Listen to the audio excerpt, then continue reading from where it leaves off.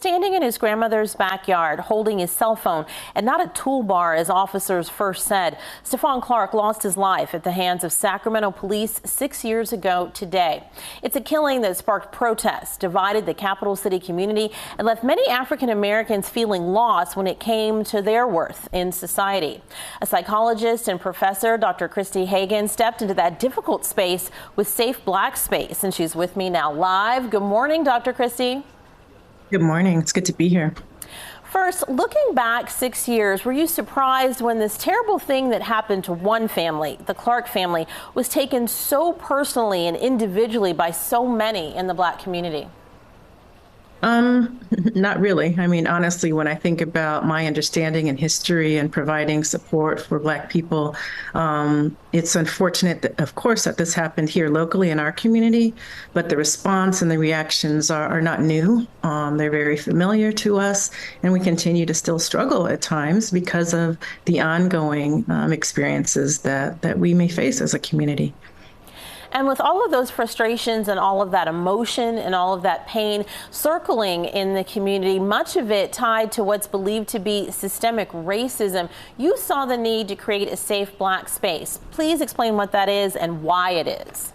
Yeah, absolutely. So Safe Black Space is exactly what the name is. It's an opportunity for people of African ancestry to have a place to go that is safe, where we can be with other folks who have maybe a similar lived experience, who may get it, to process what's going on, not only our reactions to racism or sometimes even just microaggressions of things that happen day to day, but also an opportunity to celebrate who we truly are, and to honor our resilience and strength as a people.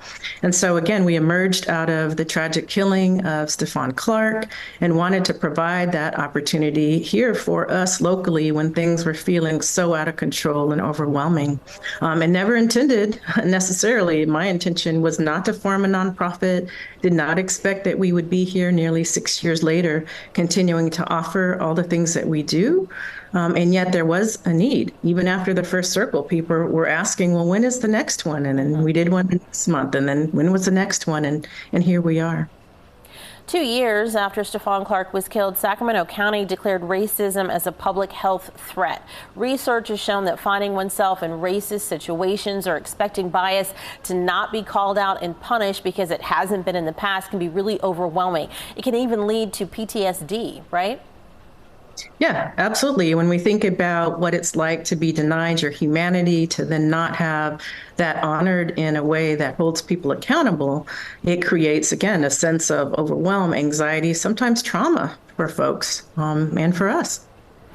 The racism that many see in the case of Stephon Clark, the stories about him being armed with the toolbar, the notion that even though he or any other person of color might have been a burglar and that shouldn't amount to the death penalty, weighs heavy on other people of color, right? We have an example of Sacramento native Tyree Nichols, who died after a beating by Memphis police.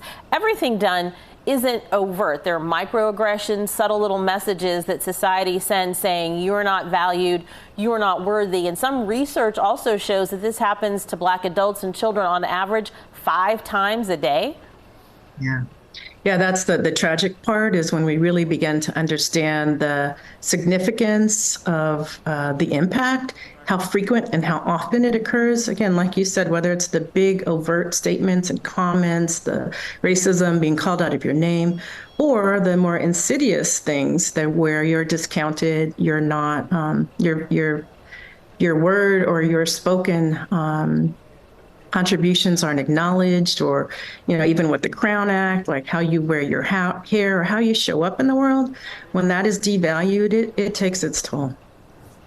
Reaching out for mental health help is not always smiled upon in the Black community. And since these microaggressions in particular environments or feeling devalued by society as a whole are not a new thing for people of color, what do you want to say to folks about not talking themselves out of feeling that any of that is a big deal, or that it's worthy of talking to someone about, worthy of getting help for?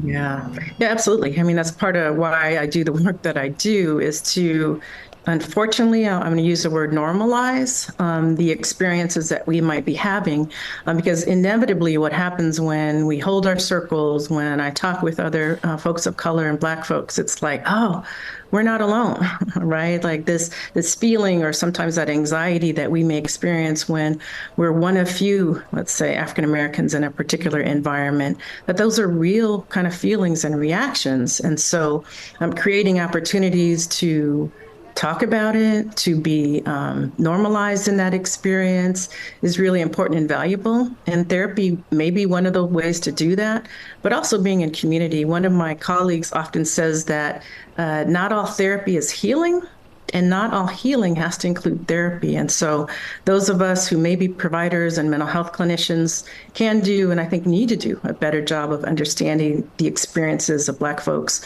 as well as honoring the fact that we can do much of this healing on our own, whether it's through talking and speaking with our family members, using our faith communities, or other strategies that can help us heal and move through some traumatic experiences that we might experience because of the color of our skin. Alrighty, and just quickly before we let you go, if somebody is interested in connecting with the Safe Black Space, how do they do that? Oh, I'd love the opportunity to talk about that. Go to our website. We're in the process of updating it, but if you Google Safe Black Space, you can find us. You can go to our events page and identify what some of our upcoming events are.